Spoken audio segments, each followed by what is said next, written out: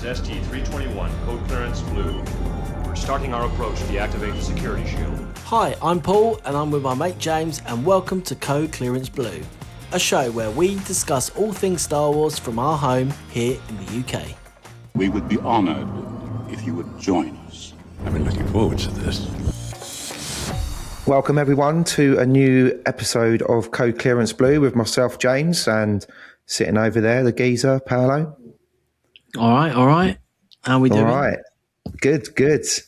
We're going to take this opportunity to finally put our thoughts down on Digital Code and talk about the Mandalorian and Grogu movie that came out last week now. Yeah, it's about a week ago. Yeah. Full disclosure, we've seen it twice. We have seen it twice. One as friends, two with children. And it's good. To be fair, like varying results from each showing, I think. Yeah, it's like all Star Wars films, when you see it sort of the second time in the cinema, there's bits that you've missed, there's bits that were funnier or were a bit more, you know what I mean? Like, there's just like good bits, but and you can definitely tell where the pace sort of dropped as well, and you know what I mean. So yeah, no, I thought it was very good to see it twice in just a couple of quick turnaround days. Yeah, I think so. I think if we'll just get straight into it, shall we? I think. Yeah. I don't know why people got so bamboozled online by they're sort of saying, "Oh, it's just like a long episode of the TV show." It's like, well, yeah. Yeah. What? Yeah. You know what I mean? What were they expecting? Yeah, that's the thing, because I was predicting that this is going to be multiverse. You know what I mean? And we'll see Ahsoka, and we'll see Luke, and then we'll see all the. You know what I mean? And we'll see all these. We might see some old characters that we haven't seen before, and just because that's obviously what happened in the series, right? Like we get to meet Ahsoka, and we get to meet Luke and Boba Fett and all sorts of people, and but no, it was the complete opposite. It was just Mandalorian, Sigourney Weaver, and a load of aliens, basically, and that was it. And some bald bloke.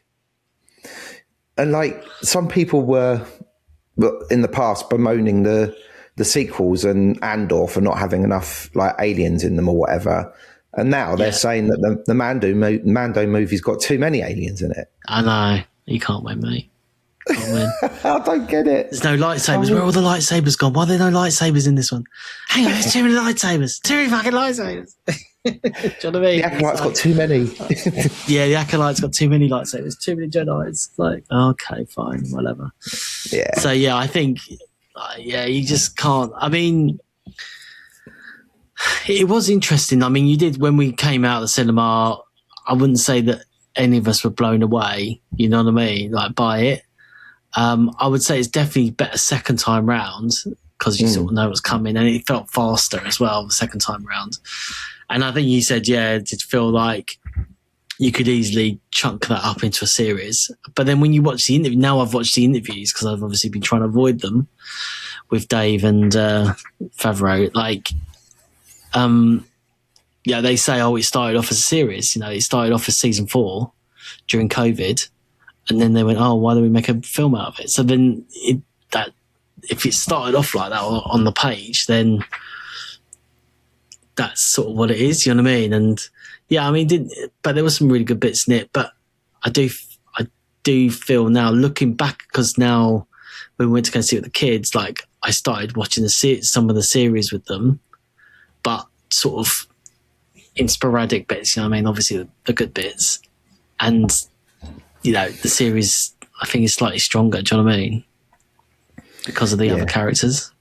Yeah, I think when we were discussing it, we could kind of pick out where you could like put the end of an episode credits throughout the film. Yeah. To be like, well, that's episode 1, that's episode 2. Like, obviously, like walking out into the pit to fight Rotta would be the end of an episode before it all kicks off. Embo turning up at his gaff on Navarro, that would be the end of an ep. just all little stuff like that. Do you know what I mean? So yeah, I think I read the same thing. They were going to just make a season 4, but then I don't know if they got pressured from the higher ups to say, actually, can we make it into a movie? Get everyone back in the cinema again.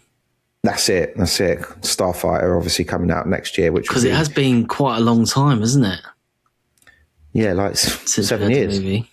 7 years, yeah. And I know we've been having sort of Star Wars catch-ups every year with episode 1 or episode 3 or 4 or 6, basically all of them. We've been having them every year, but like, it's. Yeah, I mean, to not have a new film that long. So I think, it did make sense. It was just, it was, like I said, it was good. I do wish they did have other characters in it though, because I thought they would have been quite good if we did see Ahsoka pop up or even not even Ahsoka, like I said, with the bounty hunter, if that was just maybe a bounty hunter that we knew from Empire, do you know what I mean? Like a Bosk or someone like that, you know what I mean? Like,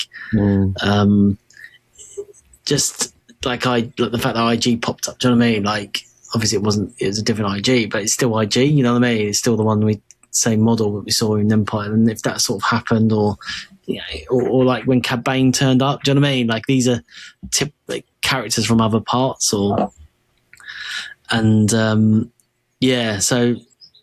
obviously they deliberately just kept it as it was, but. Yeah, so, I mean, the breakdown, I mean, we obviously start off with a caption. This goes back to my little bugbear, man. Just play the fucking crawl. I know you haven't got the rights to the music. I know it. We all know that. Like, you can't just slap a bit of John Williams on the beginning. But I know it's they're just trying to keep it with the Skywalker saga and all the rest of it, whatever they've got. But, don't put a fucking caption at the beginning then. Keep up the crawl. Don't have anything. But they all seem to start off with it, don't they? Yeah, it's a tough one, isn't it? Haven't they got the rights for the music? Surely they must. Well, no, I think you probably have to pay them a lot of money per film or something. I don't know. They don't have the rights to it, but obviously a composer signs up to.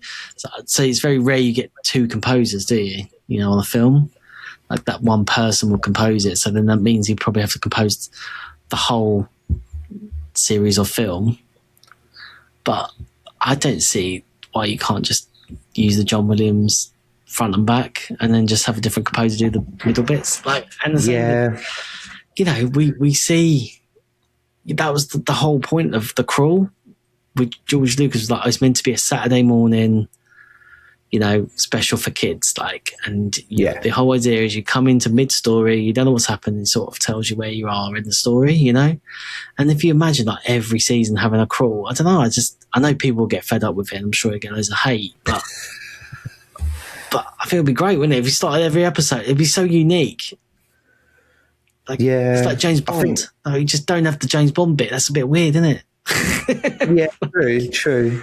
And say, it's just short comedy films we do it. maybe a crawl at the beginning of every film would be good. I don't know if not every TV season. Show. I don't think that'd be mental. People that wouldn't how be long's very the crawl? unique. 30, 40 seconds, something like that. And they always do a previously on the West Wing, don't they?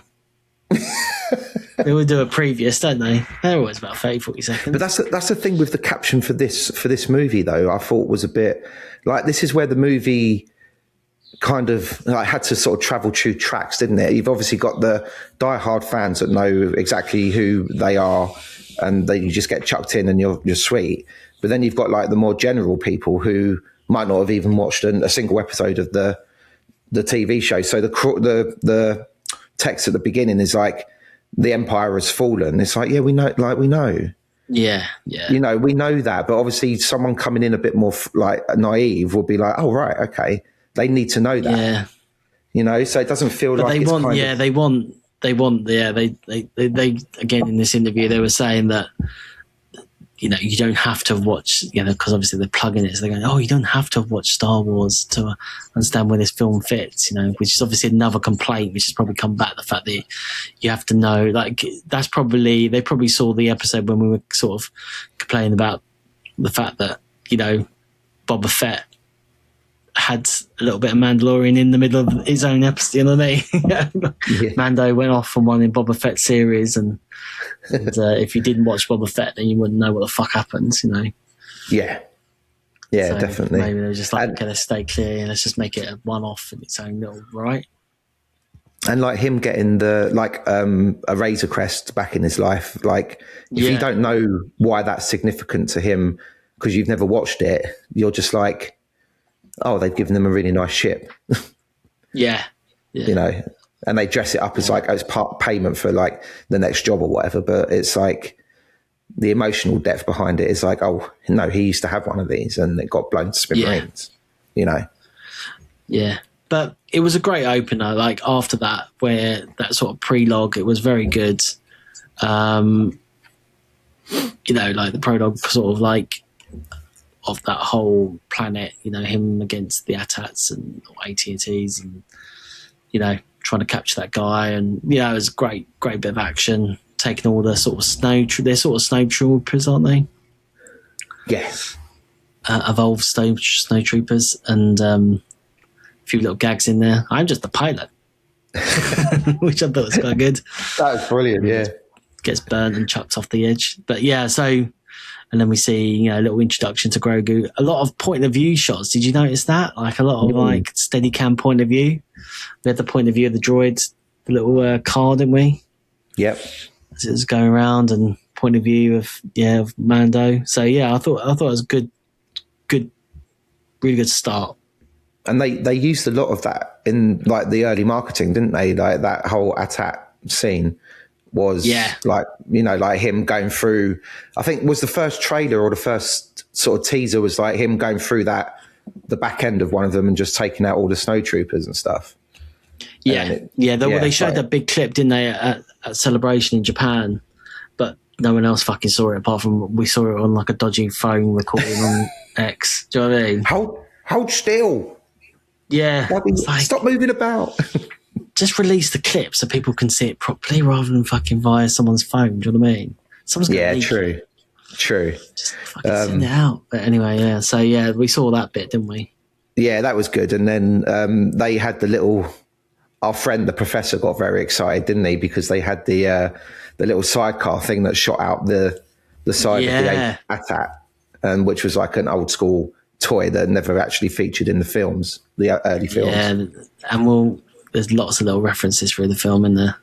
Yeah, loads of little ones, like the mouse droid you mentioned already, for example. Yeah, the mouse droid, yeah. But yeah, that was like a really good, like, sort of staple way to open an action flick with a nice big set piece. Some people online were like, why were those AT-ATs walking on very narrow ledges? So it could fall down. Yeah. So someone was like, well, where were they going? What was the point of it? And I was like, Mando takes them out, so it doesn't matter where they were going because they don't get there. Yeah. They're kaput. There's one department in the Empire that should be up to it's got to be the shooting department. How to fucking shoot your gun.com. Do you know what I mean?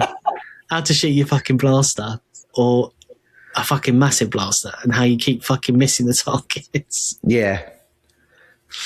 Because let's be honest, like Mando takes out that geezer's ship, like he's under pressure, he's got grenades going, like about to go off behind him. Yeah. Grogu's tapping him on the head, going, I think we better get out of here. And he's still got time to like line up the perfect shot and take him out. But like you say, all the stormtroopers and pilots and all that lot just ain't got a Scooby.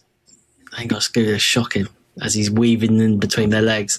But no, it was really good. And then obviously, then sort of like we got the ding theme tune, and then we had a few credits. We had a few actors' credits as we were sort of drone shotting our way into wherever it is. Florida, is it?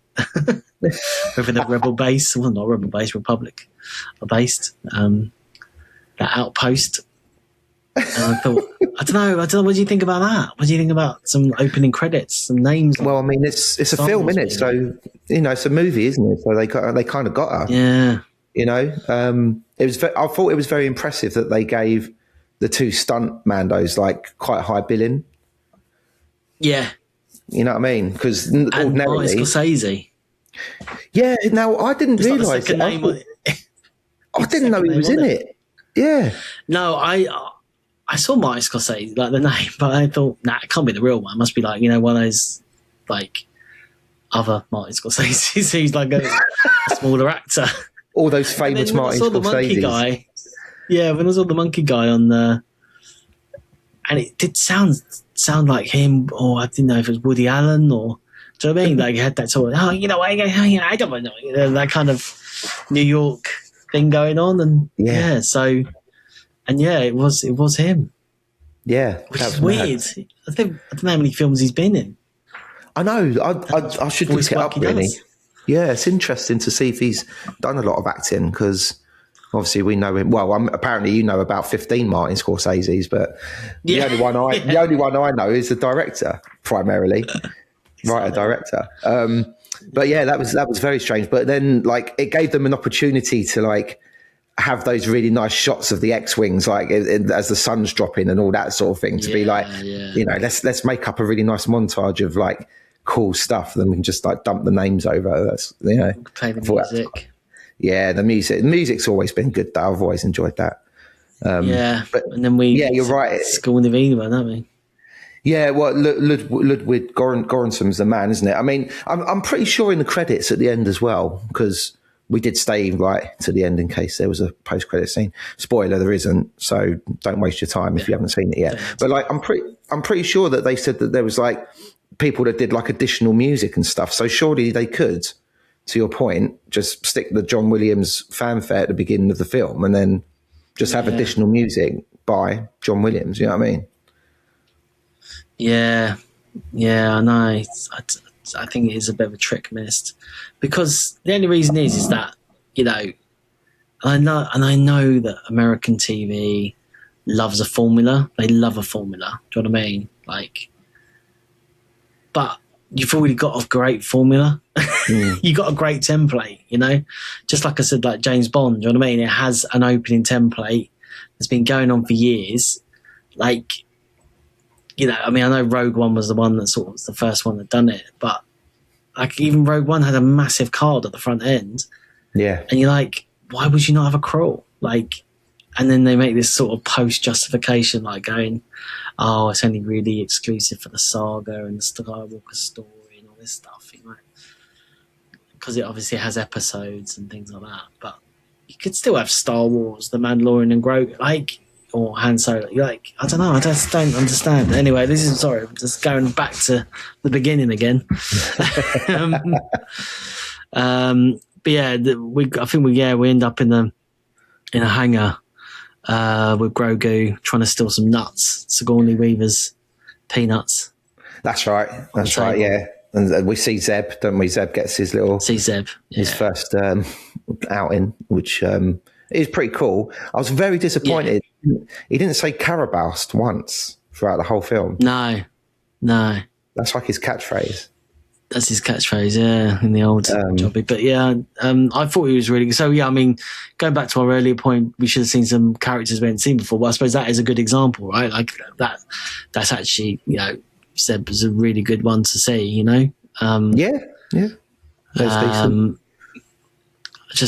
It would have been quite nice to have a few more, that was all. Yeah, fair enough. And then, yeah, like you say, Sigourney Weaver's like, right, for your next mission, I need you to get this bloke. No one knows his name. No one knows what he looks like. No one knows where he is. Yeah, it's like a really shit top Trump, wasn't it? It's like, why give him a card if he's got nothing on it? Then he shows it later, doesn't he? He's like, oh yeah, look. It's like, what the fuck are you showing him? Like, it's a blank. Have you seen this guy? Yeah. Terminator 2. Visible? Have you seen this child?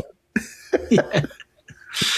That was odd. And then, did you think Sigourney Weaver was a bit Leia-like? I thought she was. Kind of like you know, when she has a go at, thingy about being reckless pilot and all that, and putting the whole team. Was there a bit of that going on? Yeah, I think she channeled Leia very well. Actually, I could give her some buns, and she's there practically. You know what I mean? She's there, yeah. Yeah, I know she was only limited screen time, but I think she came across very well. And in lieu of obviously not having General Leia anymore, and Mon Mothma obviously wasn't a thought, or maybe she was, but she didn't turn up, did she? I think Laura Dern. Or Laura. Oh yeah, Laura Dern could have done it. Dern, Yeah, she's sort of that type of, but she would have been a lot younger, wouldn't she? Yeah, I guess so. But a little bit of de-aging could have worked. Yeah, yeah. But yeah, I thought she was all right in it, to be fair. And she's like, "Here, have another ship. Go and look for the mystery man, because we've got some intel that some Hutts are in the know." Yes, the old twins. The twins. Yeah, and I thought that was good, and I really like. And then obviously we go to Hutter, El Hutter, whatever it's called, the paradise that is. Now Hutter, yeah, and then we see some sort of familiar things there, don't we? Some little battle droid heads. Yeah. Stacks. And stacks and things, which are great. That kind of shit. Love it. I think it's good. Yeah, they hired. Show me the voice. They have the voice.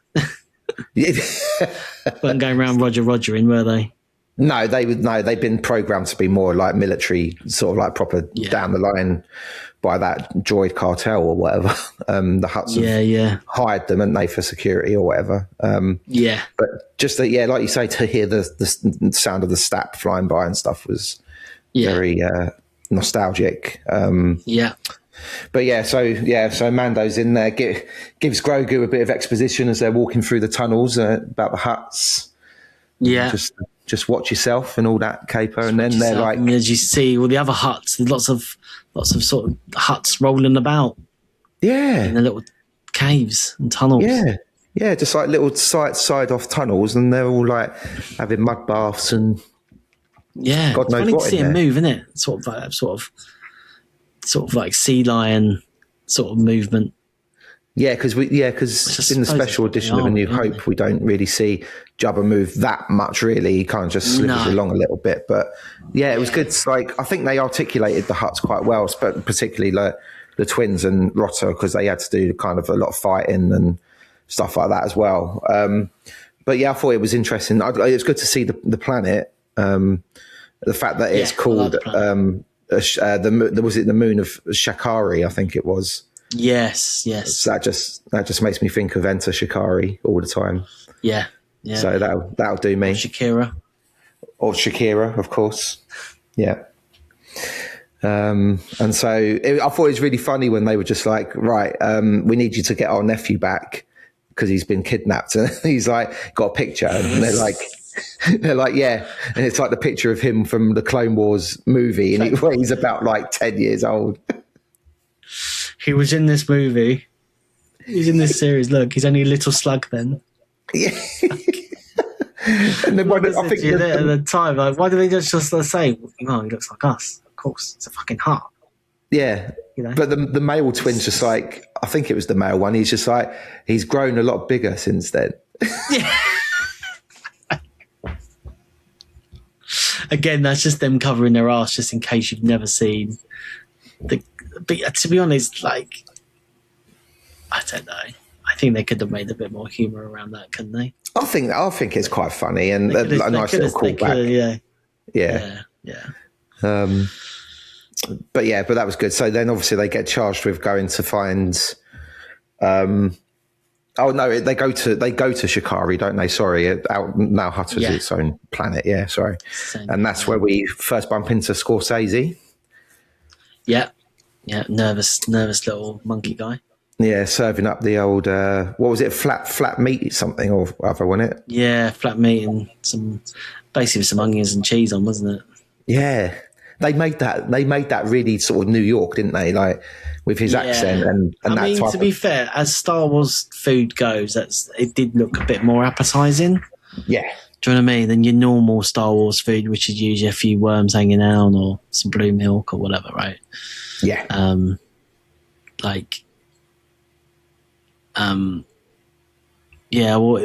isn't episode 1 they have like some sort of apple, don't they? Episode 2 when Anakin's playing around with a bit of fruit. Oh yeah, Padme. that's right. Yeah, showing off. You don't really get nice food, do you? In Star Wars. No, I mean even Grogu in this film is eating some sort of like horrible fish-looking type things later on, isn't he? Later on, my daughter liked the fact that he really liked his macaroons. Yeah, nice. Yes. But yeah, no, I think that was it was a good. Because obviously we know the twins from Boba Fett, but just in case you didn't, then you sort of know, and they sort of reveal that Rutta's the son of Jabba the Hutt. Yes. Who out of all these Hutts, I still think Jabba's, because he was real, the best. Because he was real, do you know what I mean? But obviously the problem with being real is you can't move, you know what I mean? Yeah, exactly, yeah. Jabba's still the gold standard of Hutts, I think. Yeah. So much so that your youngest sat down and watched Jedi like the day later, didn't he? Yeah, straight away. Put it on, next day in the morning. Brilliant. Because I was like, oh, do you want to see the Mandalorian? I'll show you like the twins, and I'll show you. No. Number 6. It's like, okay, number 6. Number 6. In we go. But yeah, so Scorsese, because the same, I forget the species, but there's a monkey in Solo as well, isn't there? Same species. Yeah. Is it and that's voiced by Jon Favreau. Yes. So he's passed the baton. Yeah, definitely. But he's obviously very, very nervous Nelly and doesn't want to talk about anything that might get him into trouble with the crime lord, who we meet a bit later on. But yeah, he's like, oh yeah, Rotta the Hutt he's just over there, look, and there's a big poster for his upcoming fight. And then we go to the pit where he's fighting. Grogu's eating again, something different. Got his popcorn or something. Yeah. Always eating, that little guy. He's always eating. Yeah, he's hungry, isn't he? Yeah, I suppose he's sort of he's not even teenage really in his own little world yet. He's still growing. But to be fair, as a man who has children, like they always want fucking snacks. They never want a real meal. Yeah, true. Do they? True, they always that's want true. Snacks. And I think he's following that same trajectory. He always wants a little snack. Yeah, good point. So then we see Rotta winning his fight and the crowd going crazy for him and all that. Excuse me. And Mando and Grogu break in behind the scenes and go and visit him whilst he's getting a cheeky massage. Very kind of like really like sort of Rocky, you know what I mean? Kind of getting his massage after the fight. He's a bit beaten up and stuff. And he talks about wanting to be out of the shadow of Jabba, and he's got no interest of taking over like the syndicate and all that sort of thing. And the twins want him dead and stuff, so he doesn't want to go back. I think so. That was our first little mini twist, I suppose. The fact that that the twins want him dead, and then do we believe him? And then Man's like, okay, fine, that's interesting. I love that bit. I think it's, at this point it's going really well, isn't it? The film, it's okay. So what happens now then? So that he's only got one fight left, and then he's done. He's out. Yeah, that was really good. Yeah, I thought that was good. The fact that he's English, well, he's American. He doesn't have that accent. No, but there was like a bit of an effect on his voice though. There's the effects, there's the deep bass thing going on, isn't there? Yeah. But he's pure American accent though, like compared to the twins who they broke into a bit of English, didn't they? And they all still sounded a bit Jabba English like. Yeah, true. English. Yeah, that's true. That's true. Yeah, like proper American, and he's proper American. Yeah, like another sort of New Yorkan. Yeah, New Yorkian. He's obviously, he's been brought up somewhere, somewhere else. So, yeah, but it's caused a lot of controversy online, like where people saying that Hutts like shouldn't talk in basic or whatever. They should just speak in Huttese. Huttese, yeah. The way I justify it to myself when I'm watching it is that he wants to be so far removed from being connected or known just purely by his like family ties and stuff that That's probably why he speaks in basic, because he doesn't want people I think to so. think. And yeah, he's just sort of been brought up somewhere else, isn't he? He hasn't been brought up as a Hutt. He's like, he's been adopted or however he was, you know what I mean? He's just finding, like you said, he's finding his way. So Good point. that makes sense as well. You know what I mean? That like he's just not part of the crowd. And also like Jabba doesn't speak any language because he's fucking the king. So he's like, nah, fuck that. You know what I mean? Yeah. You speak my language, or that's it, you know? And Yeah, that's the thing, because like, a lot of people, like before the film even came out, people were saying, "Oh, the Hutts don't speak in their language," and you know, what's that about? It's an affront to like the old ones and stuff like that. And I was like, it's a bit disappointing, but it's not going to like ruin the movie for me or anything. But to be fair, the twins spoke in Huttese like 90% of the time. You know, it was only when they were trying to like get under Mando's skin about winding him up about like Grogu like still being alive in the future and stuff, and that they turned to basic maybe just to like really hammer the point home, like to be more threatening and stuff. Yeah. You know? Yeah. Yes. So no, that was quite a good scene, and obviously he's feeding Grogu, and like, because at first again I didn't trust him. I thought, oh no, Grogu's gone in and he's gonna fucking try and eat him, you know? Yeah. But he's like, no, don't worry, I won't eat him, I won't hurt him. Like, that's the start of their friendship. Yeah, as he's very feeding good. him little fish.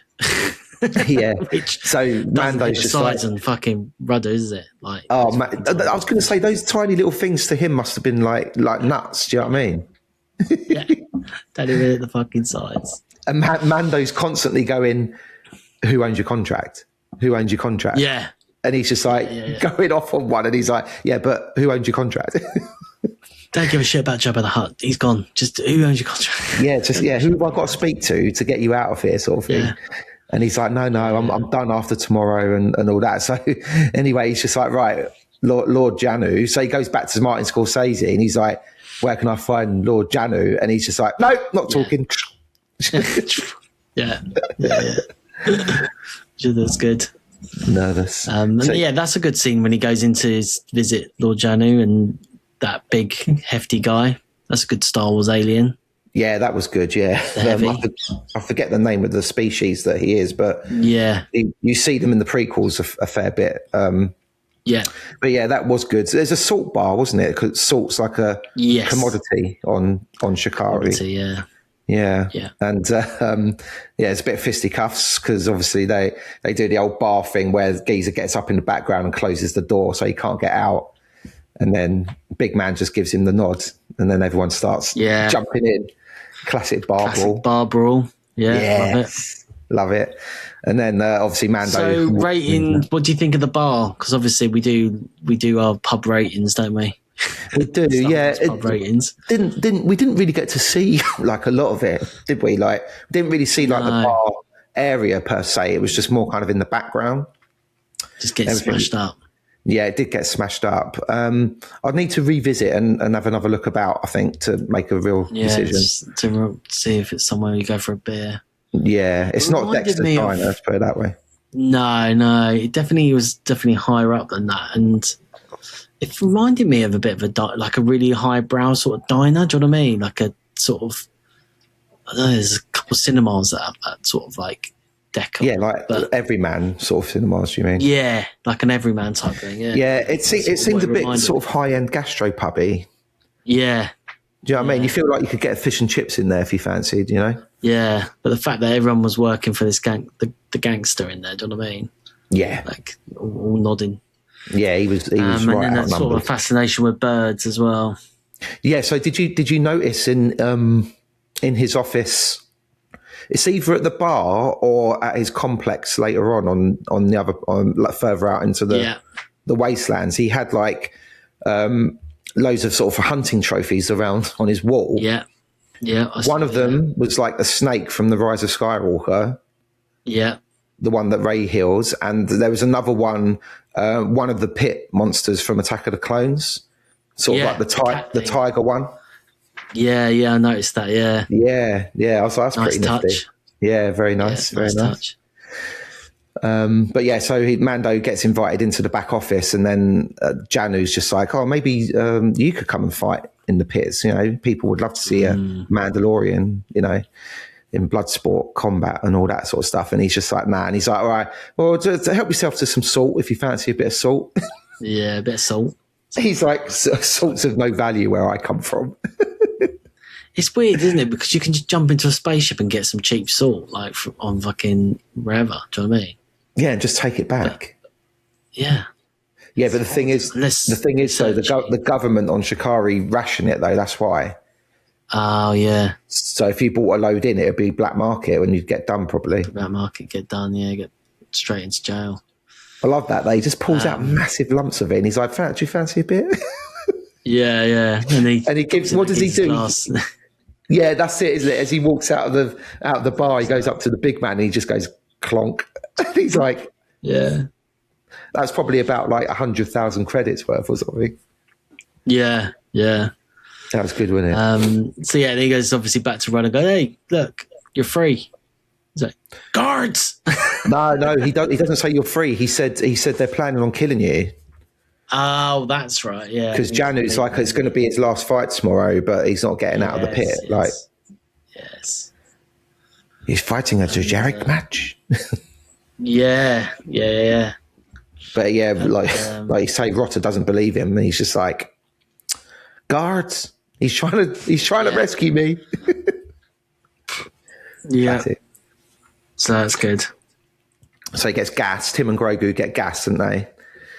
And he wakes up and he's obviously in the little pit side room or whatever. And Grogu's been put into a cage. So Lord Janu obviously likes collecting his creatures, obviously. Yeah. And then we get probably the highlight of the film for me, I think. Just for what happens, basically. Like, you know, it's only another action scene, but what an action scene. They bring to life the chessboard from the Millennium Falcon. Falcon, which I think I had an inkling what was going. I didn't know like it was that, because apart from you two went like that, I was like, "Fuck, it looks familiar. What's going on there? They look familiar. Some of those monsters just look really familiar." Yeah, I was just trying to get my brain. Was it from fucking Menace? Was it from Attack of the Clones? Like, you know what I mean? Like. And then when you said afterwards, of course, because it even fucking, when it cuts the wide shot, is the board itself. Yeah. And then second time round was so much more enjoyable because I wasn't beating myself up about what the fuck is it? You know what I mean? Yeah, he's sitting there scratching your head. Yeah. Yeah. No, that was great. I like when they said a dejarik match, when they were chatting about it, I was like, I didn't expect it to be exactly that. I just thought, there's going to be about like 8 monsters just all come out at once to take him down. That'd be cool. Yeah. But then as soon as the first one came out, and it's like the one with like the big long neck that in A New Hope hit on the board, he like picks up another one and like slams it down and stuff. Yeah. And he's there as well. But as soon as he came out of the side compartment and like stretched his neck in and everything, and he's got like the little sort of jacket and stuff, and I was like, oh my God, they've actually recreated, and just him would have been fine. But then the fact that they did like the white guy with the club and the little wiggly geezer that looked like the worms from Attack of the Clones, and all that. And it was just like, wow, that's really like total surprise. Like, I'm really pleasing. I thought it was good. Yeah. So that was really good Easter eggs like there. And like I said, the second time around when I actually remembered, exactly match them where they come from, which I'm very disappointed I couldn't remember, especially after seeing that scene so many times. Yeah, exactly. You know what I mean? Yeah, you know? Exactly. So many times I've seen that scene. I'm like, oh my God. Yeah. And that's the thing, isn't it? So what Mando came first then, the fight or the board game? Say again? I assume it's the fight that came first, and then they made a board game out of it. In universe, probably, but I think that was just designed to be like a chess game, like in the film, as like a nice little thing, you know. But Favreau and Filoni have made it big. But yeah, it was. So Mando goes in first, doesn't he? And has a little ruck with Rotta, and Mando wins. But then he's like, I surrender. Yes. So then Janu's like, oh, okay, Rotta's the winner, but now he's going to die or something like that. And just gives a nod to the old droid. He goes, doop, and then Yeah. it all kicks off. The electrics. Yeah, very good. Very it was good. great fight, and it was probably just long enough, because they looked like they were winning and losing. Then obviously the great escape happens because, how can you contain that amount of beasts? Yes. So then sort of like it was a bit King Kong in New York when it escaped the theatre. Yes. Yeah. That was and then Rotta tries to get away by stealing a speeder, doesn't he? And which is fucking amazing because I'm thinking like, how the fuck's he going to get somewhere? And suddenly he finds this perfectly wide speeder for his body. No, but he does rip out the seat though. Oh, he does. Yeah, you're right. He does. Yeah. Yeah, because I thought that as well. But the second time round, I was like, oh, he does rip out a seat. Okay, fair enough. Does rip it out. And then Grogu finds his little pram there as well.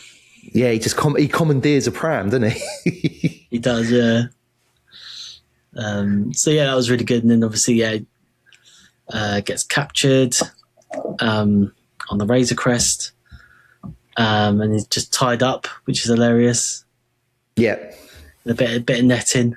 And I'm taking you back, and but then Rotta makes a reveal, doesn't he? He is. He reveals all.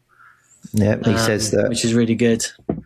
It is good. It cracked me up when, so basically, like spoilers, obviously, we're spoiling it, but Rotta says that A, the twins are going to kill him if he goes back, and B, Lord Janu is Commander Coin, who is the guy that Mando's after.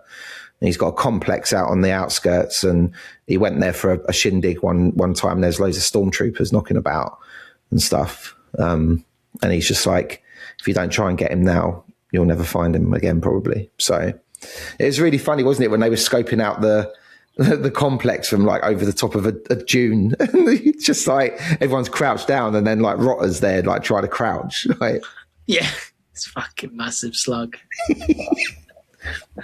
Yeah, I know. It is. There is some funny moments with like just the physicality of Rotta. Do you know what I mean? Like, yeah, it is funny. Like when they show that big wide shot, which obviously they've never revealed in the trailer, because there's quite a bit of that scene, a little bit. You know what I mean? As they're sort of like, spine and stuff, and never show there's actually this massive giant slug next to him.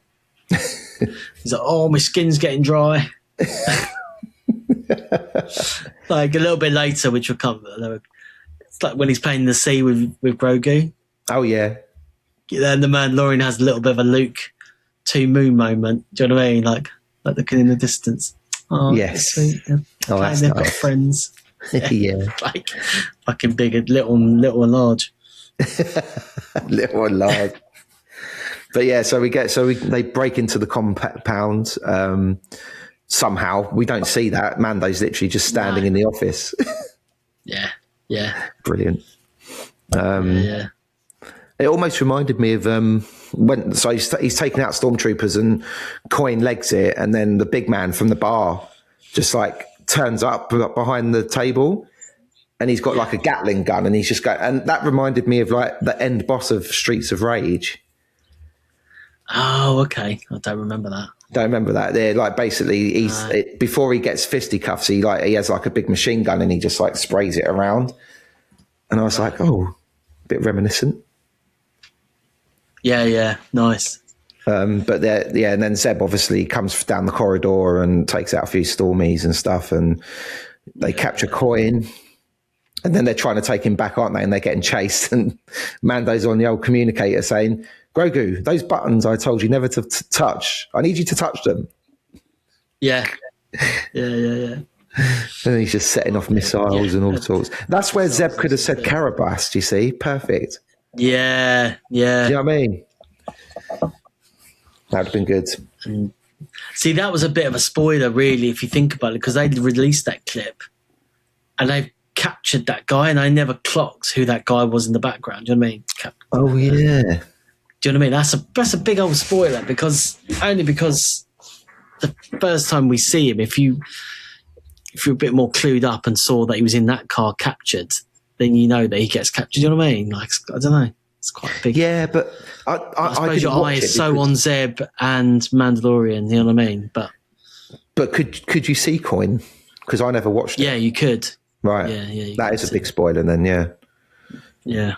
But you don't even know. You don't really recognise him. Do you know what I mean? Sure. Of course. Yeah. Because your eyes fixed on what Mando or Zeb's saying. Yeah. True. Yeah. Yeah, that is a bit of a spoiler though, because you'd be like watching it thinking, hold on a minute, there's a scene coming up later down the line where they're all sitting in the speeder. So, Yeah. Interesting. So anyway, they deliver Mystery Man back to Sigourney Weaver, and he's going to get questioned, but he wants a lawyer. He says he wants a lawyer. He wants a lawyer, yeah. That's when we see old Filoni in the background, isn't it? Yeah, and all the directors, isn't it? Yeah, Rick Fujiyama and Deborah Chow and all that lot. Yeah. Just kicking it back, having a blue milk. Just kicking it back, looking really unnatural. And Mando's like, I'm going to take a break. I'm having a break. Yeah. Just enough of this.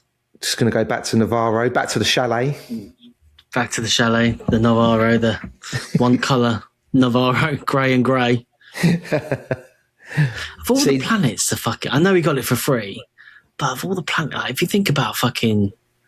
all the planets that are a little bit nicer, you know? Even fucking Tatooine's a bit better, isn't it? I don't know. It's warm weather, I suppose. Maybe it's too warm. Navarro kind of comes across as quite humid. Yeah. Because of the volcanicness of it. Yeah, true. Do you know what I mean? So... You see, what would have been good there, and obviously it couldn't happen because, you know, R.I.P. Carl Weathers, but like a Grief Karga cameo would have been good there. I think he would have been there. Yeah, I think Mando! So. Welcome back, Mando. Yeah, he definitely would have. I think keep so. an eye on your house. Yeah. Everything's just how we left it. And how's your little friend doing? Yeah. Yeah, or like, exactly. or Cara June could have popped up. Cara June. Or do you know interesting what? Because Go on. No, go on. Well, this was another complaint I actually saw, which was about Cara June, and obviously, Thingy's fallen out with Disney. But how come they couldn't carry the character on, even if it could have had a different actress? Sure. Because obviously she's a very strong character, and she had beef with the Empire. You know what I mean? Like, and she was head of security of Navarro, and then suddenly she went on an assignment, didn't she? And she never came back. So Cara Dune died on her way back to Navarro. Yeah. Pirates. We could have had IG pop up because obviously he's head of security, isn't he? Well, what I was going to say was, I think they did film a cameo with him because there's some behind the scenes photos and there's an IG when they're on Navarro. So I think he might have been in the plans, but he got cut or something. Right. So you were on the right page when you mentioned him earlier. Yeah, that would be good.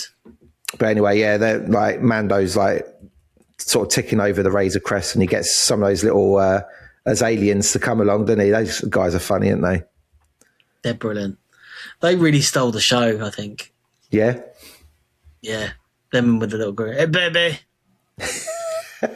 Come on, baby. And I forgot they've been in the series before when they're trying to fix something, and Carl Weathers is like, no, they want to put this capacitor on, and then Greg is trying to attack them, isn't he?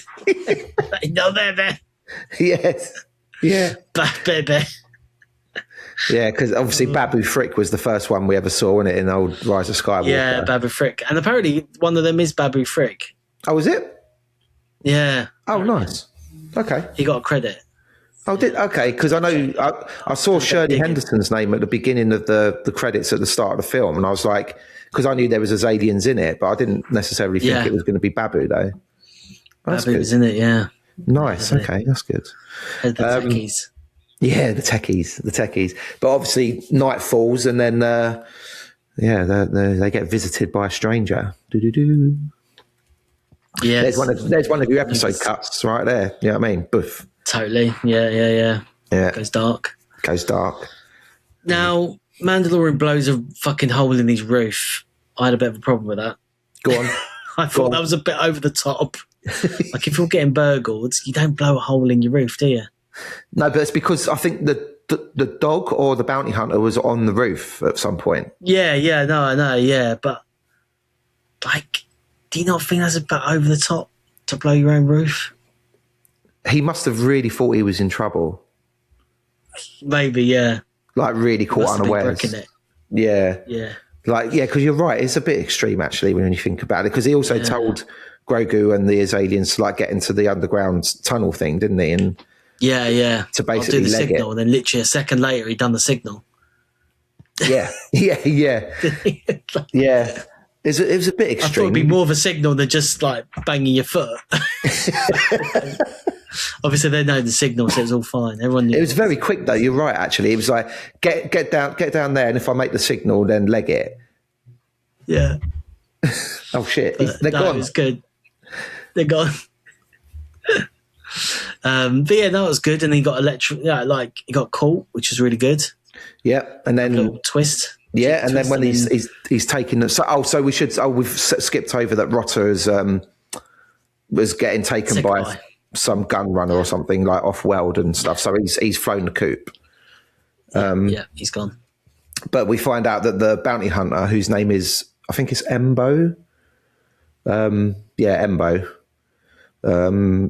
Has been employed by the twins. And they're not happy with Mando because obviously he didn't deliver Rotta back to them once he got him. So, I thought it was quite cool on Embo's ship, actually, where he had that little sort of cell and then Mando's trying to talk to him and he's electrified the floor. Yes. Yeah. And that was pretty cool. Good. I like that. And the big dog that Embo's got is trying to eat his alien, obviously. His alien, who then does a little runner. So he delivers. When he first took his alien, I went, "Oh fuck, that's dark," because I thought he'd just fucking eaten him. And I looked at the kids' reaction on our second showing. Oh yeah, and they weren't that bothered because I thought, "Oh, maybe that's a bit like, scary for them." You know what I mean? Yeah. Big dog eats little cute teddy. Yeah. But no, it was all right. They didn't. I think I was the one that was more worried for him than they were. Because I thought it was a big old bite. Do you know what I mean? I thought we killed him. It was, yeah. But they showed him obviously doing that thing where animals like toy with their food and stuff, and then Mando distracts it. Yeah, but no, I'm glad the kids didn't find it that. I was sitting quite far away from my son, wasn't I, in the cinema, so I couldn't really gauge his reactions. But that's good that they didn't. I'm sorry you felt that way, though, mate. I hope you're all right now. Yeah, I'm all right. Yeah, because obviously there's a twist later. Yeah. Like the Chewbacca twist, really, wasn't it? Yeah, a little bit. Yeah. You think Chewbacca's dead and he comes back, he's all right. That's true, yeah. But then obviously, so Grogu and his aliens are like, we're going to have to go and help Mando. So Grogu straps on his armor and we get a little montage of them getting ready. And then there's like I think we laughed at this like both times when we watched it, but like there's that shot of them inside the tiny little cruiser that they've got in the cockpit, and it's like Grogu and like good. That's so, and they're just like flicking switches and like the flash of the hyperspace, yeah.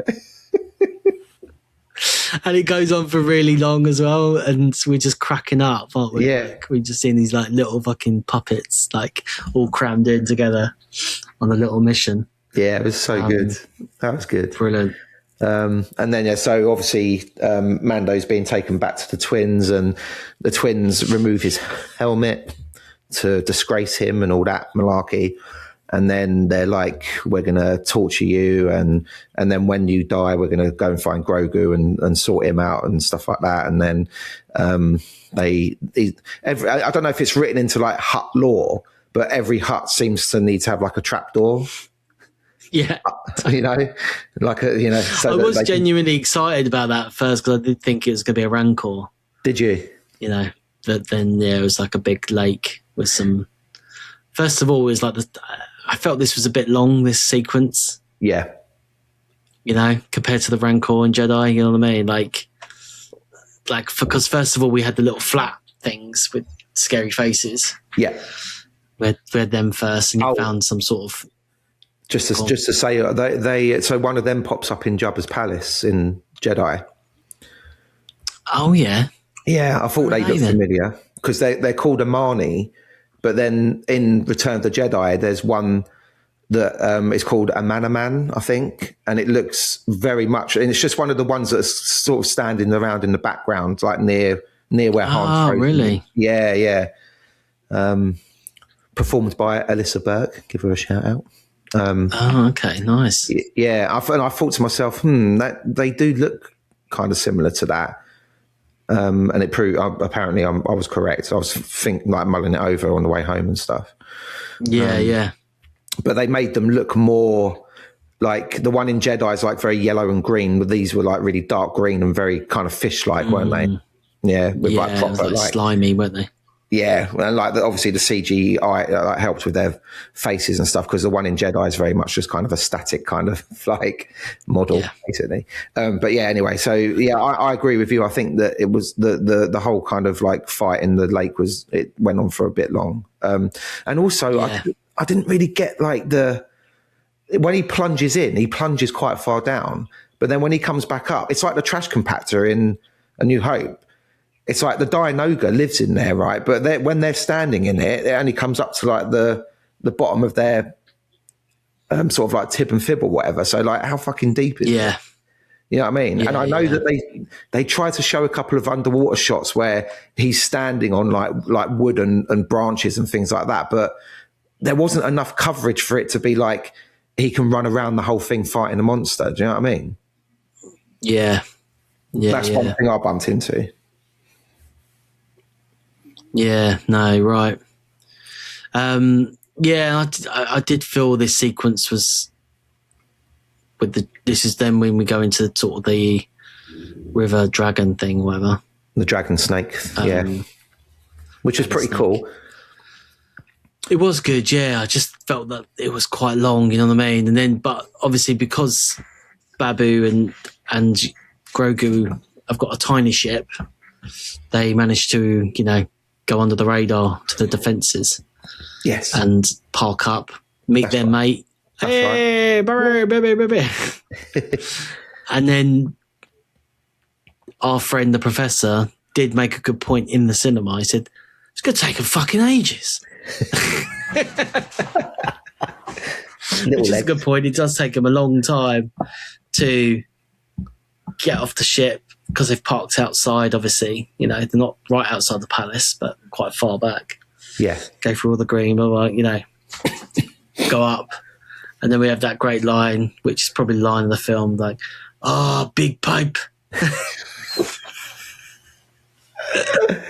It's so random. It is. Just standing so there, good. like, just looking around, like, big pipe, eh? Big pipe. So yeah, they do take a long time, but obviously at this point, Mando's still fighting this fucking snake, you know. Yeah, but then for a very, very long time. It does make sense now that we've put those two things together because it's going to take them ages to fucking walk there. Yeah, exactly. Mando's like, fucking hurry up. Hurry up and fucking die of the poison there. And we should point out that the twins throw his helmet like back down into the pool, don't they? Halfway through into the pool, yeah. So he gets his helmet back. And then Grogu blows up a little hole for him, and he then sort of manages to escape, which is good. But obviously, he's got a bite. He's been bitten. Yes, according to the twins, that's poison, you know, and he will die. That's it. Which is a good little twist. We know is coming. Yeah, I thought it was quite good. I mean, it'd be a bold move to kill Mando off in his own film. Give you that. Yeah, well, that did get me thinking. Actually, so I wonder if they would do that. And then maybe later he does have a little moment, doesn't he? But so yeah, he sort of calls back, has a few fights with some battle droids, and because he tells the whole army on him. Yeah, he tells them lot to go, doesn't he? He's like, because he's like, I'm never going to get on that ship, so I'll hold them off. Yeah. And then Grogu obviously doesn't get back on the ship because, as we find out, Mando starts succumbing to the poison, and then he's like basically laying on the floor, struggling for breath. And I liked how they showed the jungle starting to like take him over as he was laying there, like the insect. Yeah, that's pretty nifty and stuff. Yeah, and obviously Grogu has his little snack again. Cheeky little snack, little scorpion. And this is obviously where it slows down a bit, doesn't it? It sort of comes to a halt here. Yeah, this is where it goes really slow. Yeah, and sort of as Grogu builds a hut around him, his own Yoda hut. Yeah, and got the laugh of the film from the kids, where he uses the Force and then it's not quite big enough, and it does a bong noise. Classic kids joke, innit? It was good, and they just kept talking about that bit. Brilliant. So that was good. He didn't do it once either. He does it like 3 times, doesn't he? No, just trying to force him in, like no pun intended. Yeah. So yeah, he's got a little hut around him now. And then Grogu goes for a little walk, finds a little guy, he's done a bit of fishing. Hey, you got my fish. You're taking my fish. I think you said this could have been one scene. Do you know what I mean? I think you're right. Like, he steals a fish, then comes back, eats the fish, then goes back the next night to steal another fish. Like, again, it doesn't really help with the pacing. It does sort of come to a halt here. Yeah, you could have.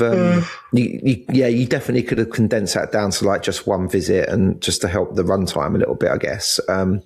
But I suppose the whole point of that section of the film is to show Grogu kind of becoming self-reliant and looking after someone else rather than just always being sort of looked after and stuff. So I kind of get it, but you're right, it does drag a little bit. And then there was some people saying, oh, how did that guy know to make an antidote and stuff? It's like, did you miss the bit where Embo fucking comes in and they're having a chat?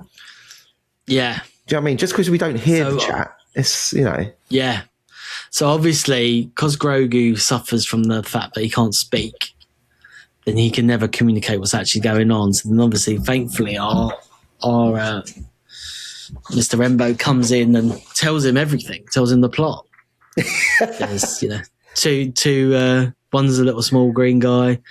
We've got some fugitives on the run, being bitten by a snake. Probably will die somewhere if you see him. You know what I mean? Just told them the hut's looking for him. Twins looking for him. So yeah, told them the whole plot while the wolf was trying to sniff out Grogu. That's it. And then he's just like, I'll make you this antidote. It might already be too late, but give it a try. Yeah, and then hopefully he's okay. I did find it a bit strange that the next morning, though, like Grogu wakes up and then like Mando's gone. And like he's just outside, like getting his weapons back. Did you not think, right, when because he's in the background, out of focus? I thought he was going to the toilet because he stands up. I thought, oh, he's gone for like a number 2 in the woods. I did not think that. No. I will now. Proper camping. Yeah. Proper camping now. There's a Mando shit in the woods. Yeah. There's a Mando shit in the woods. But second time around I didn't think of it so much. But yeah, so the first time I did. But thankfully he's all right. The poison's gone and it worked, thankfully.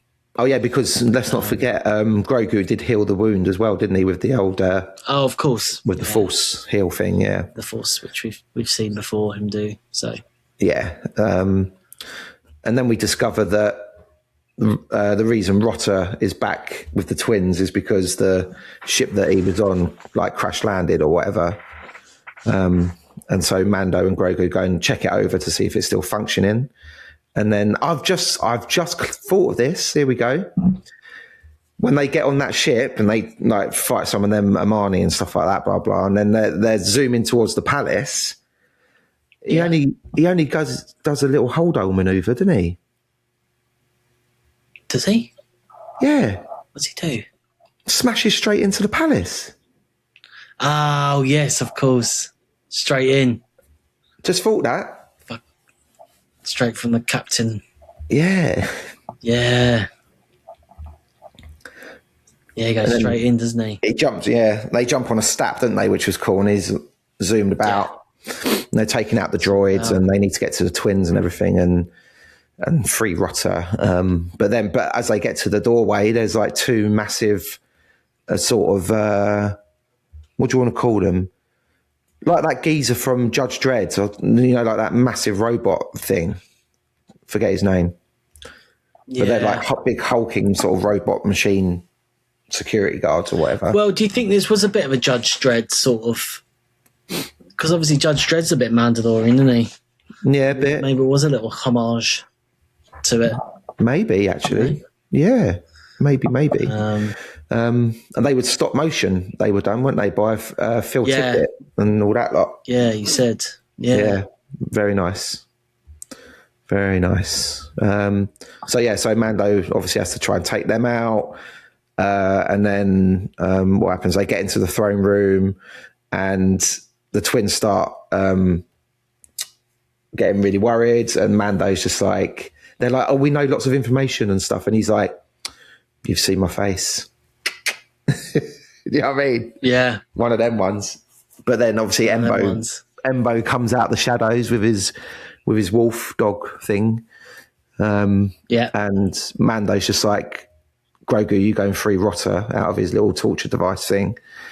And then Rotta and the twins have a ruck. Embo and Mando have a ruck. Grogu's trying to fight off the wolf. And then, like you said earlier, the way that the huts move and stuff, like the three of them having a fight was quite interesting to see. And obviously Rotta's like built like a brick shit house, isn't he? He's like, "I'm not little anymore." Yeah. And down to see the snake. That's it. The floor starts cracking, and the twins are like, "You're going to kill everyone in the room," and he's just like, "Whatever," and they all fall. Well, all the huts fall down through the hole, but then obviously,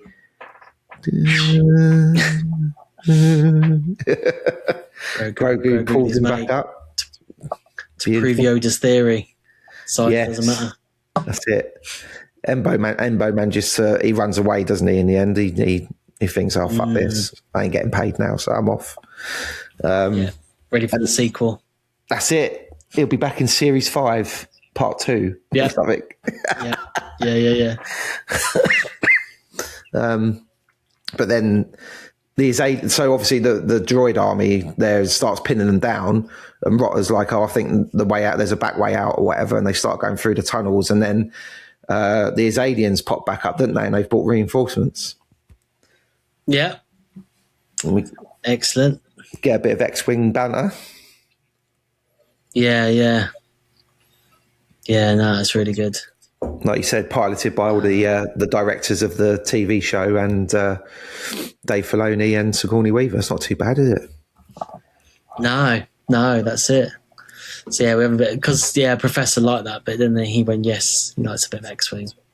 Sort of he's very happy when they started zooming around and that. Yeah, and it's good to have a little bit of a star, sort of like a little bit of a sky sort of battle. Do you know what I mean? Because we didn't really, it's very much a land-based plot, isn't it, with old Mandalorian? I mean, obviously he's had a few fallings out with some pirates before, in the series, but it generally is sort of planet to planet. So it was quite good to have a little bit of them just coming in and tidying up. Yeah, because they were lied to, basically. Exactly, but also Mando's just like, "Fire everything you've got on my location," and she's like, "What?" And he's like, "Don't worry, we'll get out before you do it." But and she's like, "Well, you better hurry up because we're gonna be doing it." And then they get caught at a dead end, and they have to make a hole and jump out into the river and all that caper. They blow up the palace, and so the twins are done. And I think Sigourney Weaver's character is just like, "Oh, the twins were actually working like with Commander Coin or whatever, and they were like trading everyone off against each other and all that sort of thing. And so they go back to Florida, go and get a blue milk. That's it. And Rotta's like, I think I might stay here. Stay in, and then somehow Jed's got a uniform for him. I think that was a joke. Was it a joke? Yeah. It's got to be. Come on. Yeah, I was going to say. That's a joke, of course. But yeah, no. And then, so do you think that's it? Then is that it from Mando? Are we done? I don't know. We'll have to wait and see. I suppose. I don't know if it, I don't know if they, do you think they would turn up somewhere later? I think as a character they could use him willy nilly, like they did in the Book of Boba Fett. You know. Yeah. But don't know if they're going to do another TV. It's going to take a year to write another TV show, isn't it? Like series or whatever. Yeah, at least. Yeah. So maybe they might. I don't know. They obviously, I think, like merchandise wise and recognition wise, like Grogu especially is quite important to Disney. So Definitely. They might not let the character rest for too long. You know, but. You're right. What do they do now? Do they go back to the TV show, or do they do like another film, or do they just take Mando out and Grogu out and let them join in like other stuff? You know? Yeah. Because we've got Starfighter. Next year, is it? Mm-hmm. And that's post sequels, isn't it? No, that's. It's post-sequel, but the heavy rumour is the end of the film is Ryan Gosling's character dropping someone off to Rey, apparently. Oh, okay. Because we don't really know too much about that film yet, do we? So maybe Grogu turns up in that is what I'm thinking. He might do. Because Grogu would only be about 200 years old then, won't he? Teenager. No, he'd be about, how old would he be? About 70? He's 50 at the minute. Yeah, it'd be about 70, 80 maybe, max. God, is that it? Bloody hell. It's only 30 years ago. between Jedi and Awakens, isn't it? So, yeah. And then all that trilogy's back to back, isn't it? Yeah. It's pretty much like one weekend. Yeah, exactly. So, yeah, it'd be interesting to see. But if we might get maybe a little cameo or two in that Starfighter. They're trying to say that it's like a real standalone thing, but there's got to be some sort of little connections they can do, I reckon. Oh, you got to have something in there, man. You can't just have to fucking. I know they're desperate for like Star Wars, especially Ryan Gosling, who's a beautiful kind of geezer and all that stuff. You know, yeah, trying to make it. You know, but I don't know what other angles you can do Star Wars at. Do you know what I mean? We've done comedy angle, we've done all-out action, we've done military and sort of dark, you know, sort of Andor style. You know what I mean? We've done kids films, we've done kids series. Like we've done quite a few angles of Star Wars genres. You know what I mean? Done westerns. Well, we will be there to cover whatever the next instalments come our way. We'll know. For sort of celebration time, won't we? Yeah, exactly. Yeah, we'll come back and do a couple of episodes based around stuff that's going on as we head towards Ahsoka Series 2. I guess is the next big flagship event. True. Yeah. So we'll get on top of that. But if you watched Mandalorian and Grogu over the last couple of weeks, drop us a line at UK Star Wars Pod on Twitter. Let us know your thoughts. What did you think? What did you like? What did you not like? But for now, I'll say on behalf of myself and Paul, thanks for joining us, and may the Force be with you all. Starting our approach, deactivate the security shield. Security deflective shield will be deactivated when we have confirmation of your code transmission. Stand by.